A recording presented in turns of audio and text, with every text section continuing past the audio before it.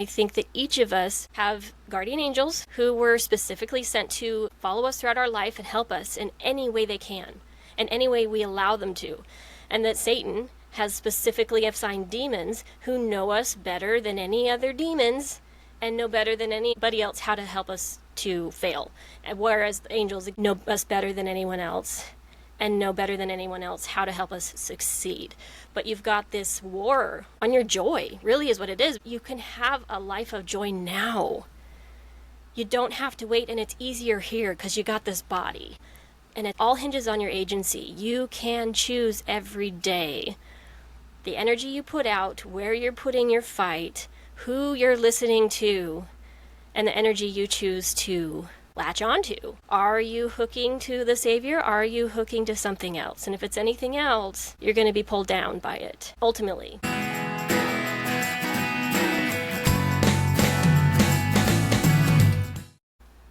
Welcome to the Overcome Depression podcast. Today I have John with me. Good morning, Jennifer. It's a pleasure to be back.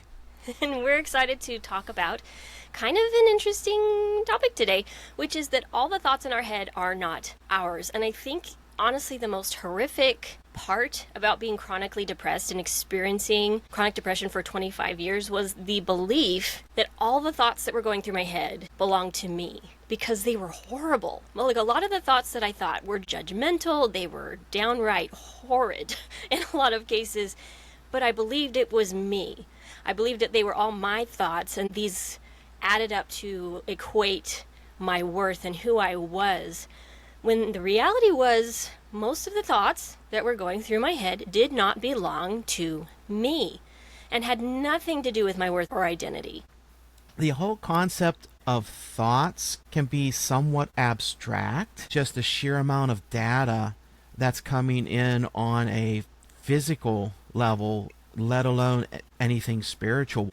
One of the studies from the University of Pennsylvania School of Medicine found that the human retina transmits visual input at roughly 10 million bits per second. That's a lot. Basically, your eyes are the same speed as an Ethernet connection. That is how much data they are processing. In a TV sense, the human eye sees 30 to 60 frames per second, depending on the individual.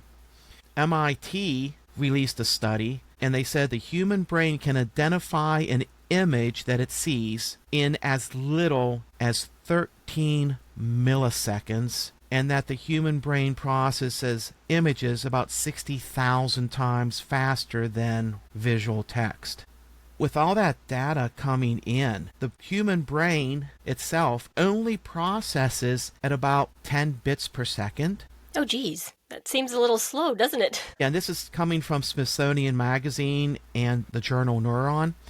A Wi-Fi connection is 260 million bits per second, and a phone call is 64,000 bits per second. So, going back, the human brain is only 10 bits per second in comparison to all the technology. So you have all of this information coming in, and yet your brain is much slower than all these visual signals, all these images, all this data coming in. And one of the reasons why your brain is, quote, going so slow is that it is constantly processing what is important and what isn't important. And in many ways, our brains are designed like a computer system. You have your short-term memory and then your long-term memory. And when your eyes, your ears, your senses bring in information, it goes into the short-term memory. Your brain decides what is important and what is not important, and it literally throws away, discards anything that it does not feel is worth saving. And then only those small pieces that are left actually go from the short-term memory into long-term memory. Most of the stuff that goes from short-term to long-term memory has a very intense emotion attached to it. So if you're really a happy person in general, a lot of your memories would be based on intense joyful moments or connection. Whereas a depressed person would put a lot of importance onto the moments that there was trauma, where they felt intense hate, where they were really angry. And that happens quite a lot when you're chronically depressed. So you can see how you might build a different kind of brain based on what you're filtering, based on what you feel is important or what you're programmed to identify as notable or important. Yeah, that's correct.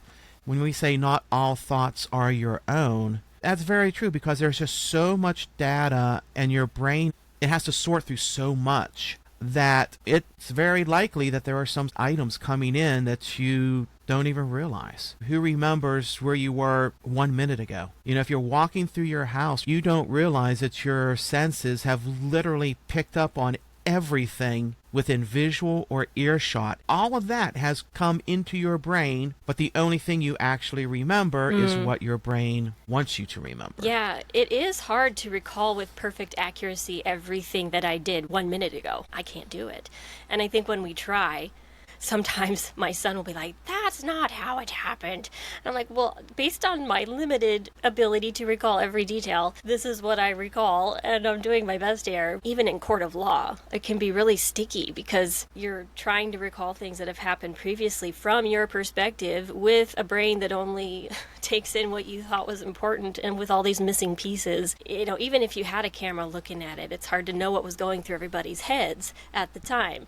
So while it's difficult to remember just a minute ago, 30 seconds ago, you can understand it is possible to have different thoughts and different ideas coming into your mind. From a material way, or a physical way, I should say, if you look at subliminal messaging, this was discovered early on when video came out, when they started doing movies. They wanted to find a way to increase popcorn sales, candy sales, and drinks.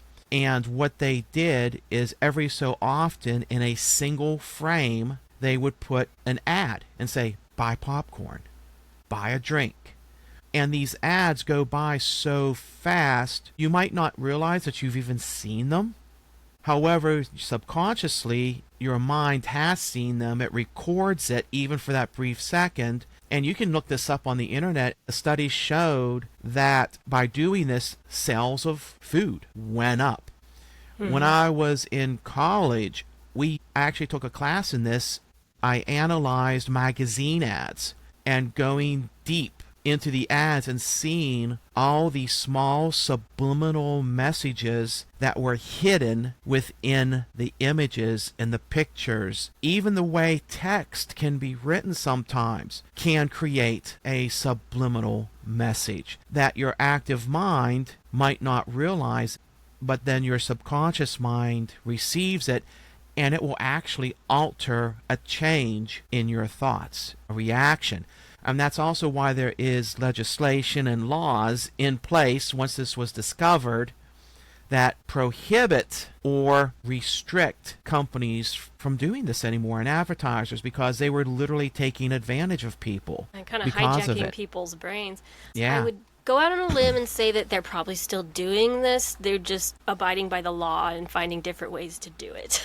Yeah, that's why I said restrictions. Yeah, right. They can't be as blatant as they were. But I know, like, some of the early ads, this is a very interesting topic if you want to look into it. But some of the early ads for cigarettes, you would actually see the outlines of female genitalia because they wanted it to have a sexy... You wouldn't necessarily be able to recognize that's what it was, but your brain would subconsciously Your brain recognize is... it? Yes. Okay. Yes. Yeah. And here's another funny thing. If you look up some of the early cartoons, your Walt Disney fans might not like this, but in some of those early movies, they input subliminal images inside of those movies. Like you would see somebody running down a street of tall buildings filled with windows, and they would actually put an image in one of those windows.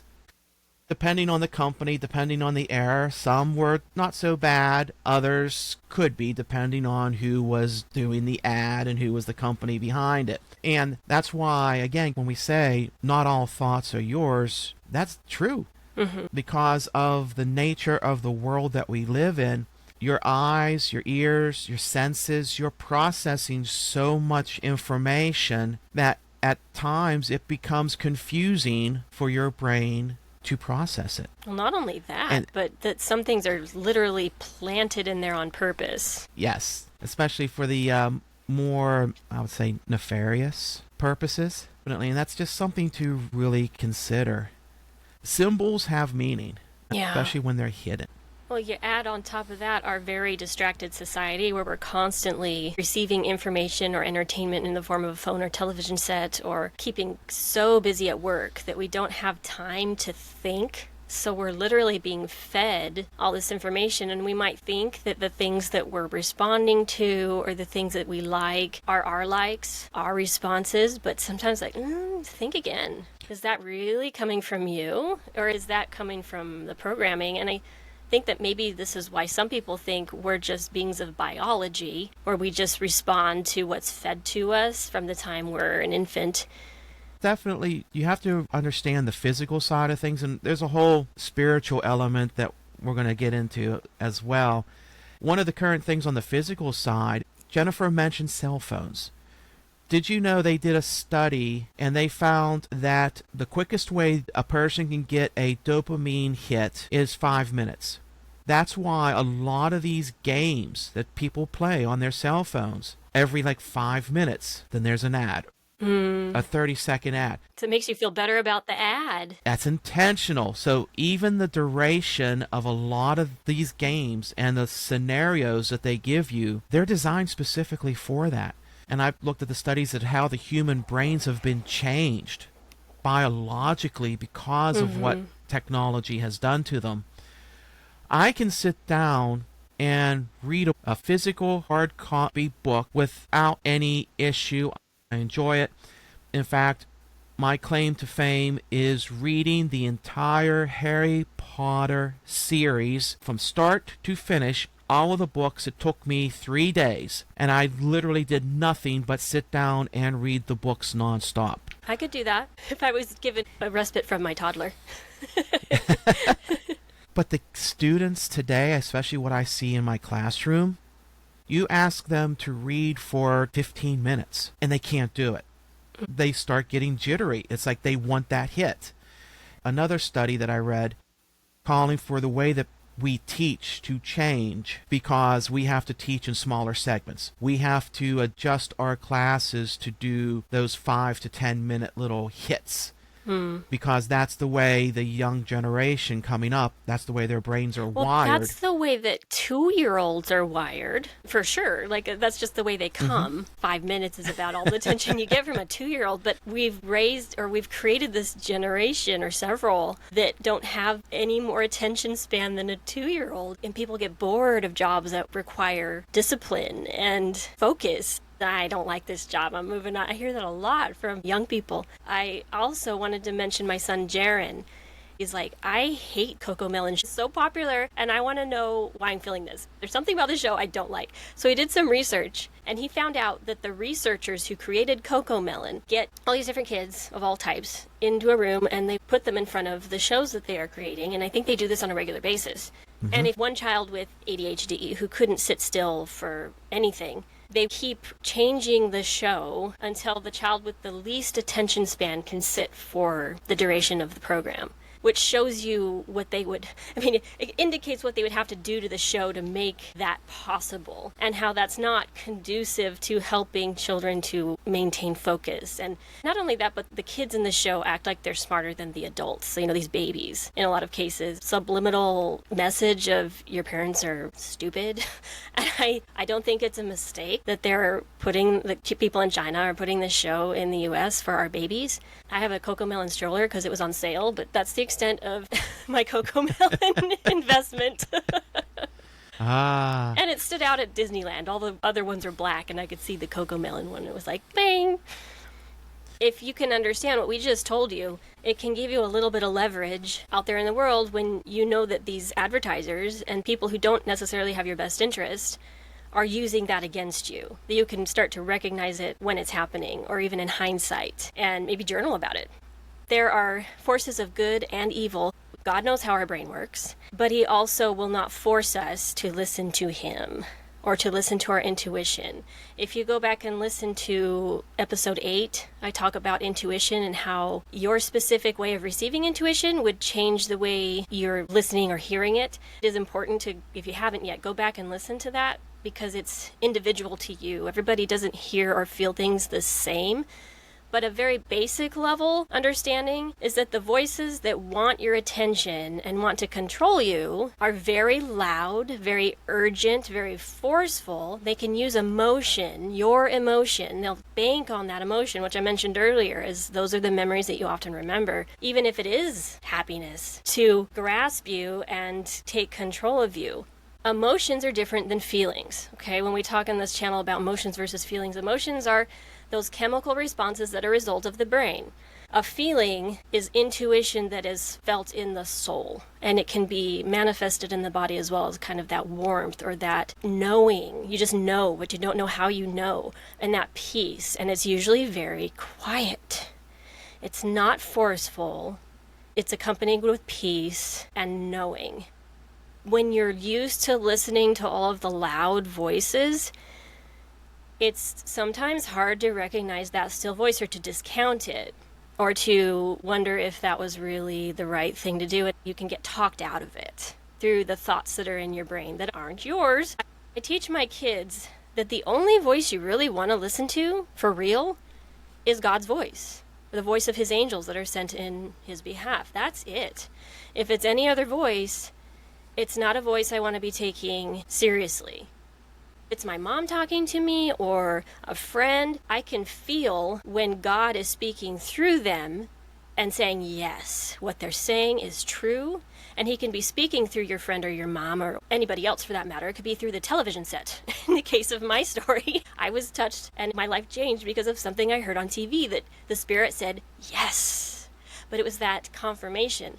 But in many cases, you could be hearing advice or advertisements, or you should, teachers telling you what you should do, parents telling you what you should do, friends, and I'd say a lot of these people we listen to are usually well-intentioned, but sometimes they are being misled by the loud voices as well. And so if you're listening to other people's opinions and you care so much about what other people think, or you want to just fit in with society, that is not the right reason to do anything, for one thing. And you're going to be swept all over the place. It's not a foundation for a life of joy. I'm not saying everybody should be like me or live a life like I do, but I have chosen the way that I live my life, not based on what society says I should do, but my inner desires, taking them to the Lord and asking him, are these your desires as well? And if so, will you help me achieve them? And I have seen miracle after miracle after miracle where I live a very different life than a lot of people. I don't live in an HOA like most people in my community. I have goats and chickens. I'm a stay-at-home mom. Years and years of me wishing I could just own my house. Miracle. I own my house now. The money just showed up. And it's crazy how these things can happen if you trust in God's plan for you and the voices that you really need to be listening to that can guide you to the right Walmart. It could be something that simple. I need toilet paper. Which Walmart should I go to today? And the Lord can tell you, that one, the one that's not as crowded today, and they actually have toilet paper. The other one ran out, but you don't know that. God does. It can be something that simple. There are so many competing voices who are vying for our attention. You think just in terms of your phone, all the people trying to get your attention on the phone, on these social media platforms, they're trying to get you to stop and swipe on theirs. It's no different in the spiritual realm. You've got all kinds of different types of spiritual things out there. And again, the only one I want to listen to is God and the angels that he sends in his behalf. Other ones that might be vying for your attention, that might be filling your thoughts, that you might think are your thoughts, but they're not your thoughts, are people who've died. Okay, that's probably the most benign of the bunch. People who've died. Could be my dad, could be anybody. It could be a friend that you've lost. And they're not probably trying to hurt you, but they might be giving you advice that would just be like them being alive and giving you advice. It may or may not be good advice. And so you don't necessarily listen to your dad who's passed away if he's not coming in behalf of God, if that makes sense. You can consider the thoughts and then take them to God. You do have to remember that God acts on a hierarchy. usually he will send angels down. That's why he gave them. Everyone has an angel. Whether or not you believe it, you have one. And God will send everything through that angel. That's their purpose. That's one of the reasons they're there, is to act as the intermediary. He tells them what to do, and then they do it by helping you out. And so that's really the main thing you should listen to. On the Catholic side, you do have some of the saints, but that's very limited, and you always have to test. Again, I think it was the last podcast we did. You have to test, you have to test, you have to test. And question everything. Question everything. It's not in a cynical way, just you got to get real. Ask the Lord, is this person really who they say they are? And here's actually a quote from Dom Lorenzo Scopoli. He was esteemed by St. Francis de Sales, so he's a very popular saint. And this is what he said: "The devil does his utmost to banish peace from one's heart, because he knows that God abides in peace, and it is in peace that he accomplishes great things." That is actually by far the easiest way to discern whether or not the thought is yours. Your soul reflects God. You're his creation, therefore your soul inherently wants peace, wants the same things that its creator does. So if a thought comes into your mind and it does not bring you peace, then it's not helpful in some way, then that's the easiest way to discern whether or not it's actually your thought, if it's true or not. One of the other things to remember is those who want to do you ill, especially like Satan and his ilk, they can't read your thoughts, but they can read your mannerisms. They're like walking lie detectors. I'm terrible at hiding my emotions. Those of you that are on the internet and you have it where you like delete my history, delete my internet history, delete this, I don't want people knowing that this is what I do and that's what I do. They're literally over your shoulder watching everything you do, and they're recording it, and they will use that against you, and they will throw these thoughts into your head. They're the master psychologists. I mean, they know you to a T, and they will use everything that you have shown them, all of your history, your mannerisms, your patterns, how you react. So it's important to keep the others a lot closer so they can help you navigate and refute these master liars who are using your own psychology to get you. Exactly. I mean, it's continual, too. It's not just one and done. It's an ongoing, constant struggle. Don't get too worried if you're just starting out, trying to question your thoughts, trying to figure out who you are. We all go through that struggle. Well, two are going to mess up. Even this week, I was like, dang it, I wish I'd listened. And it was something simple, but I got a prompting, don't do that. And I'm like, nah. And I did it anyway. And I ruined a blanket. I ruined a blanket of mine that I loved because I washed it incorrectly. Sometimes we are going to listen to the wrong voice or disregard the good one. But it's just, try again, learn. It's all about the journey. It's a process. There's those who are beginners, those who are advanced. The more advanced you get, the harder the temptations and the thoughts become, because God allows the increased difficulties. I want to expand on that a little bit. They will become more intense wherever your vulnerable spots are. So if you're not continually fortifying those vulnerable spots, it can get pretty intense. But I think the better we get at listening to our intuition, the better we're able to also fortify those vulnerable spots. And so for being vigilant, I feel like life keeps getting better. The closer I get to God, the more that I listen. I haven't found it to get harder, because when hard things occur, I have a lot more faith and I'm able to handle it better. And it's just like they just can't get me down. I'm a lot more resilient. I bounce back up pretty quick. So while that can be the case, especially if you let your guard down for an extended period of time, I mean, they'll pound you. Oh my gosh, they will pound you. If they see a really strong individual who's reached a very good level of obedience and determination and righteous, whatever, they see that brightness start to wane, and they're going to take a lot more effort and get a lot more fortifications against you than they would someone else who's already down. But I think that, Yeah. again, if you're concertedly improving, life just keeps getting better and easier. Not because life in general is easy, but because you learn how to listen to the right voices most of the time. And when you feel that attack coming on, you start knowing what to do and what to ask for and how to get back to a good place again rather quickly. And to give you an example, this just happened to me this morning. Today is the first Saturday of the month, and on first Saturdays, you have a first Saturday Mass. The church that I go to that does this, there was no Mass time in the bulletin. There was nothing online. There was only one minor indication on the monthly calendar, but all the current information did not indicate that there was going to be a Mass this morning, which I thought was really unusual. And instantly the thoughts came into my head. Oh, it's not in the bulletin, there's no Mass. Oh, it's not online, there's no Mass. Maybe the father had to go someplace and he couldn't do Mass this morning. You don't need to drive out there. And so all of those thoughts literally started coming into my head, and I started thinking about it. And I'm like, no, I'm going to go to the church anyway, just in case. At which point the thought came, well, you know, it's just going to be a wasted trip. You're going to drive there, there's going to be no Mass, and you're just going to have to drive home. And I'm like, well, if that's the case, all right, there's no church, no Mass. I'll just drive to the church, do a few prayers, and then come home. No big deal. Well, it turns out that they had forgotten to put it in the bulletin and forgot to make the announcement. And yes, there was a morning Mass, and yes, the priest was there. There was only a few of us that showed up, but that's a perfect example. There were the two different thoughts. The one thought that said, go to the church regardless. Just go. Trust God. And then there was the other thoughts at the same time that were like, it's a wasted effort. Don't do it. You should know better.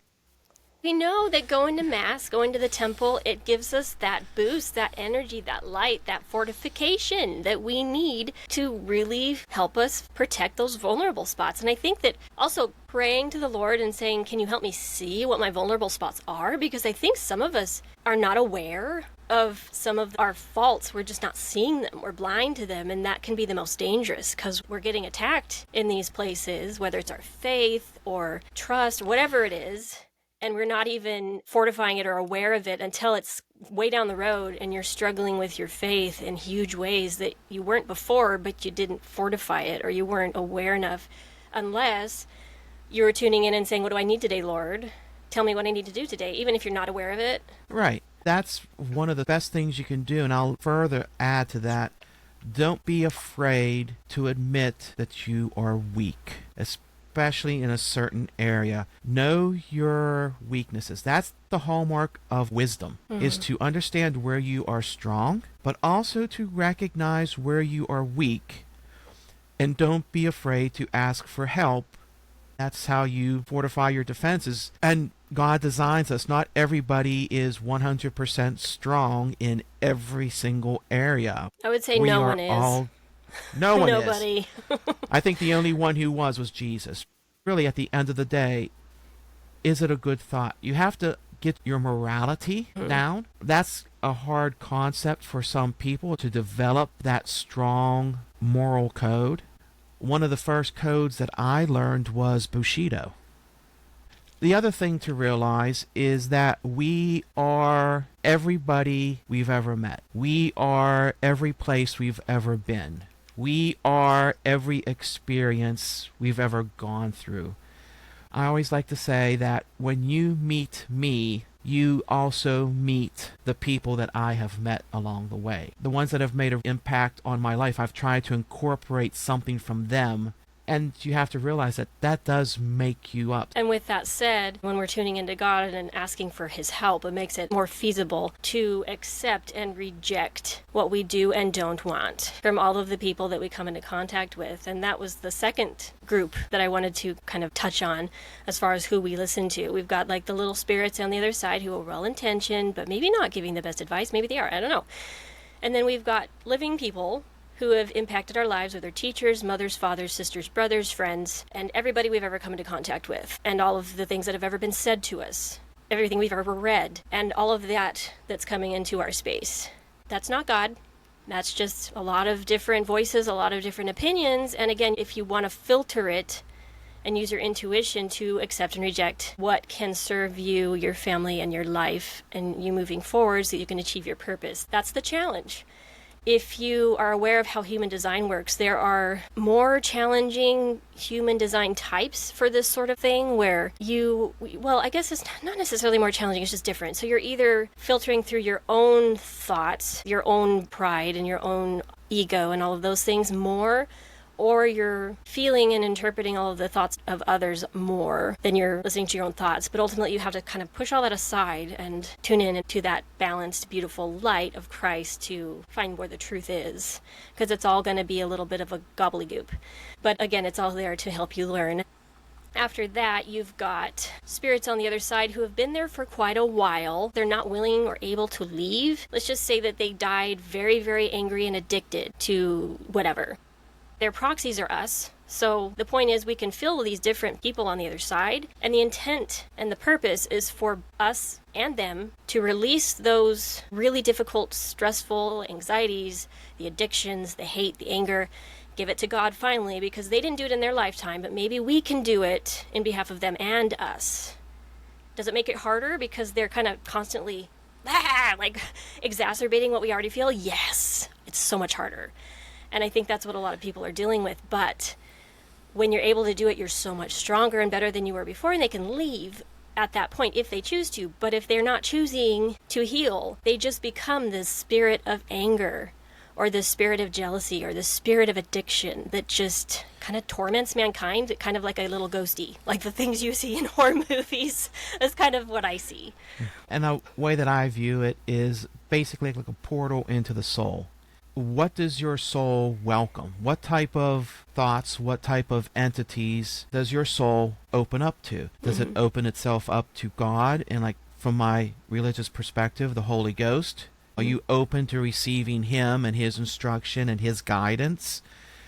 Or are you focusing on the negativity, which attracts the wrong things, the wrong spirits, the wrong entities? Which is so easy to do when you're mentally ill. Oh my goodness. It can feel like, I don't want to be doing this, but I don't know how to stop it. And that's where the miracle of the atonement and all the things we're teaching you in this program can get your brain functioning better so you can actually make proper decisions and tune into that light. Because it's hard when you're in that dark place to do anything else.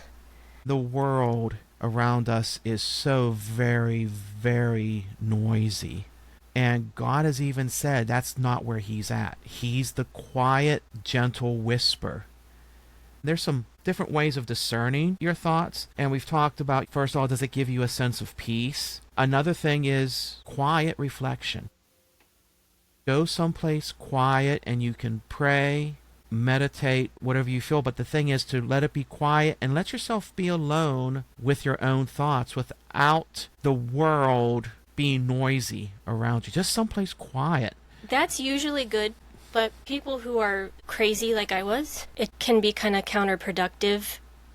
I think it helps to take someone with you who can just sit in quiet with you, or if you're journaling, something to keep your mind busy so that the Lord can use that quiet, good music in the background, because again, if you're super quiet and alone, it can be like sabotage because it's this quiet time where it's just going to inundate your thoughts again with all these horrible things that you can't control. So with that in mind, you have to find a way of quiet that maybe involves movement or writing or another person to talk with you through that, but in a way that they're just listening and gently correcting and empathizing with you and meeting you in that place. Going to the temple, going to church, going to somewhere sacred or into a forest. Again, having something that's helping keep those thoughts in a real direction so that you're able to process and you're connecting.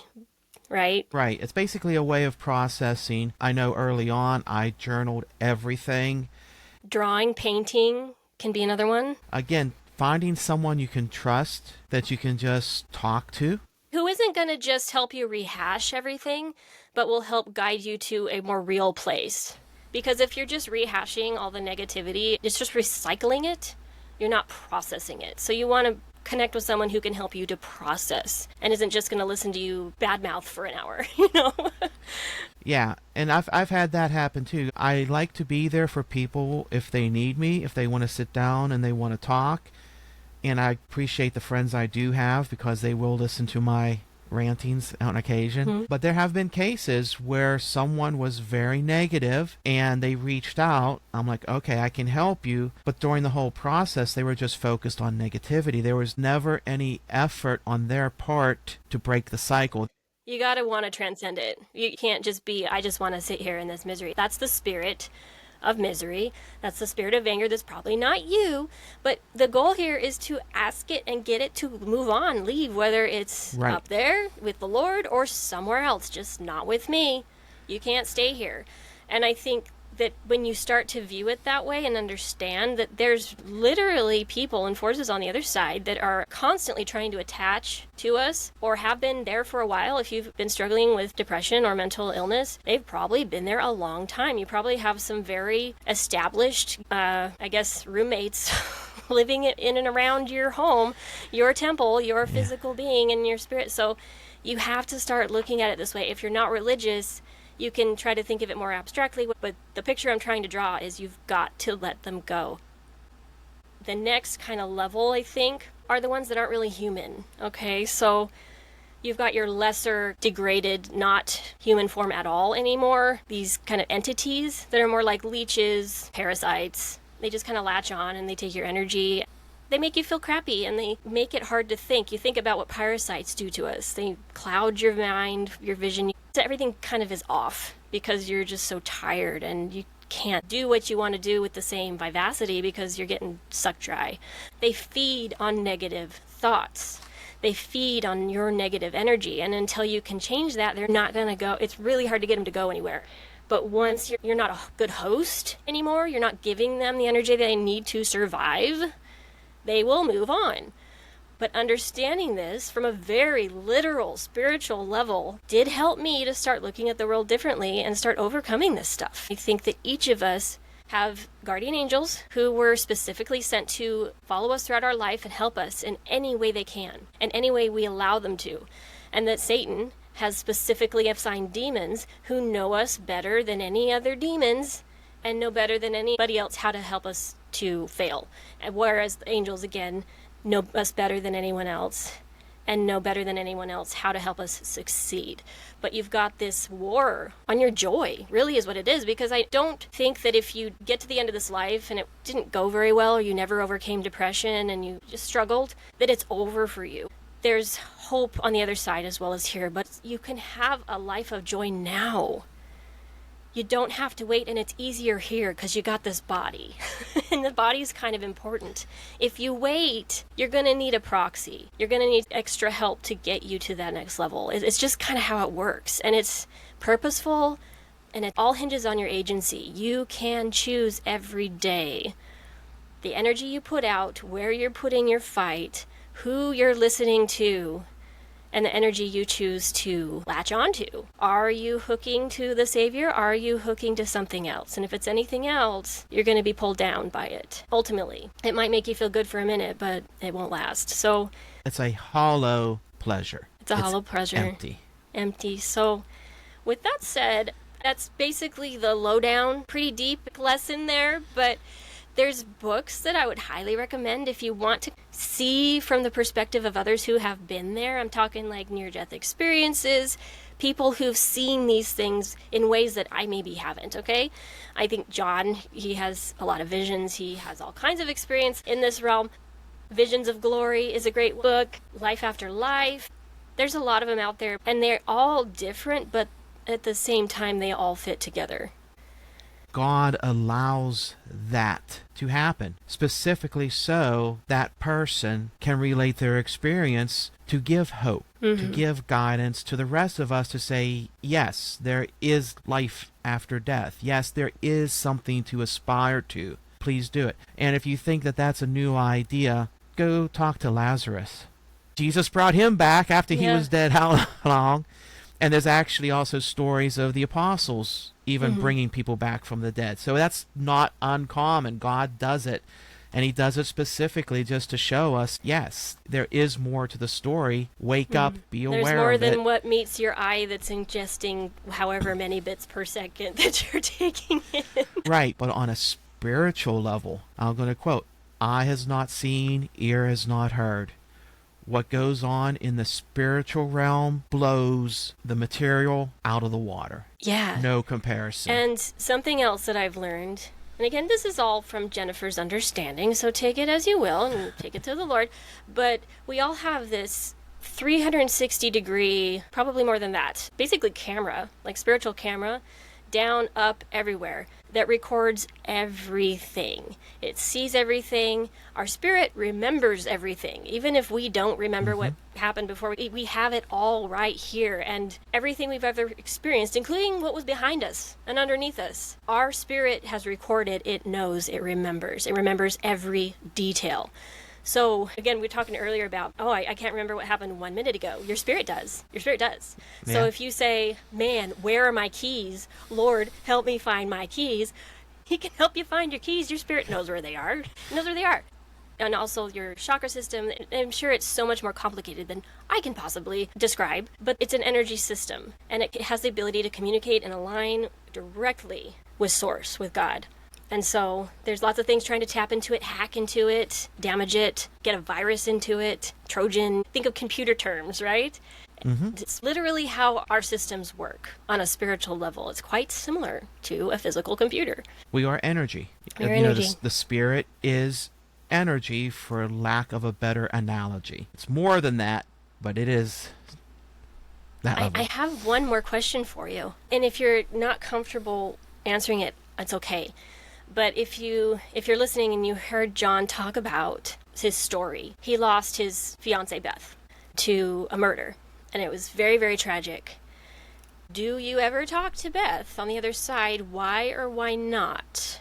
Because I think that kind of ties into, of course you loved her. There's probably a part of you that wants to stay connected. But what happens on the other side when people pass on? I think most people think, they just go to heaven and then become an angel and they come back. And I don't necessarily believe that that's true. No. Well, first of all, to answer your question, have I ever spoken to Beth? Yes. Can I still speak to her if I want to? Yes. Do I still feel the love? Yes. The love has never faded. She's been dead many years now from this point of view, but the love between us is still there. And if I need to talk to her or want to talk to her, I can. However, when you pass over to the other side and you stay there, you go through a change. Because, I've experienced this myself to a limited degree with my near-death experiences, but your soul is opened up to the truth, to the true magnitude of what God has planned and what He gives you. It makes it difficult in a sense, and again, that's a poor analogy. Trying to use human words to describe this is difficult in itself. But it becomes difficult for the souls to interact with you on the same level as when they were human. An analogy I like to use is you are a nuclear physicist who has studied all of this nuclear theory, chaos theory, all these mathematical equations. You have a full, total comprehension of all of that. Then you walk over to a newborn baby and start trying to talk to them and start describing mathematical calculations, computations. That's kind of what happens. They've reached such a higher state of existence, a truer state of existence. They can limit themselves. In fact, that's what saints do whenever they come down. And angels do this as well. They can limit themselves to a degree. But I don't like them to limit themselves. It's hard to describe, but that's generally what happens. And it's not until you pass on to that other side that you go through the same process, and then now you're able to communicate. So Speaking of... That's pretty much. Yes, Hi. Mommy, I hear it. There's my baby. I think I'll go over and talk quantum mechanics with him. Yeah, and I if he apologize, understands. but the best analogy I can think of, and I'm partially on that side, I understand some of this because of the gifts I've been given, and even I find it difficult. I live my life knowing that I cannot fully communicate with the angels or the saints or with God while I'm on the earth. I can't wait to have an honest conversation with them ideally on. Is there a period or a point that someone like my dad or Beth decides to move on to that next level? Oh, it's usually instantaneous, or depending on the state of their soul. Like, we also believe in purgatory on the Catholic side of things. But once the soul enters heaven, it's just a totally new experience. For instance, my one friend, David, after he passed to the other side, I only saw him once. And that was shortly after his death. He wanted to say something to me, and then that was it. And I pretty much understood he didn't want to come back to this side. He just doesn't want to. Yeah. And so And that's I think fine. others are, in some of these books, they're receiving some level of training and experience. The easiest way I think of heaven is God always refers to us as children, and I believe that's 100% correct. We're still in preschool. The earth, our entire life, this is a preschool. It's not until you get to heaven when you go to kindergarten and start learning again. And learning the real stuff. There was one person had a near-death experience, and when they went to the other side, they actually saw Abraham Lincoln teaching a room full of young children. And those were people that had just passed over. They were literally young children again. And he was teaching them the basics, as they put it, of things they have to learn. Again, that is the point of this life, this journey. I'm excited to learn, continue learning. I'm grateful for all of the challenges that I had during depression that allowed me to be grateful for what I have now. Couldn't have had the joy I have now without it. And again, just tuning in, learning to be aware of the thoughts in your head and identifying that these are probably not mine. And not condemning yourself for every thought that comes into your head. Just be willing to give it to the Lord, process it, do something about it. No matter how long it takes. It's taken me years to get to this point, and I'm not done. It's a journey, and people often will say, well, that's just so hard, so much work. Okay, but if you're living every day hard as it is because you're miserable, it's a lot easier to do those small and simple things that will get you to a better place, that will help you to enjoy life, and ultimately be the kind of person who can give back in ways that you couldn't give back before, because you're listening, you're aligned, you're listening to the right voices. I want to thank John again for being here today, for sharing your incredible wisdom and insight. I'd better get back to my almost preschooler and attend to his needs. But thank you again for joining us today, making it to the end of this podcast. Check out the Overcome Depression workbook if you haven't already, and we will see you next time. Take care.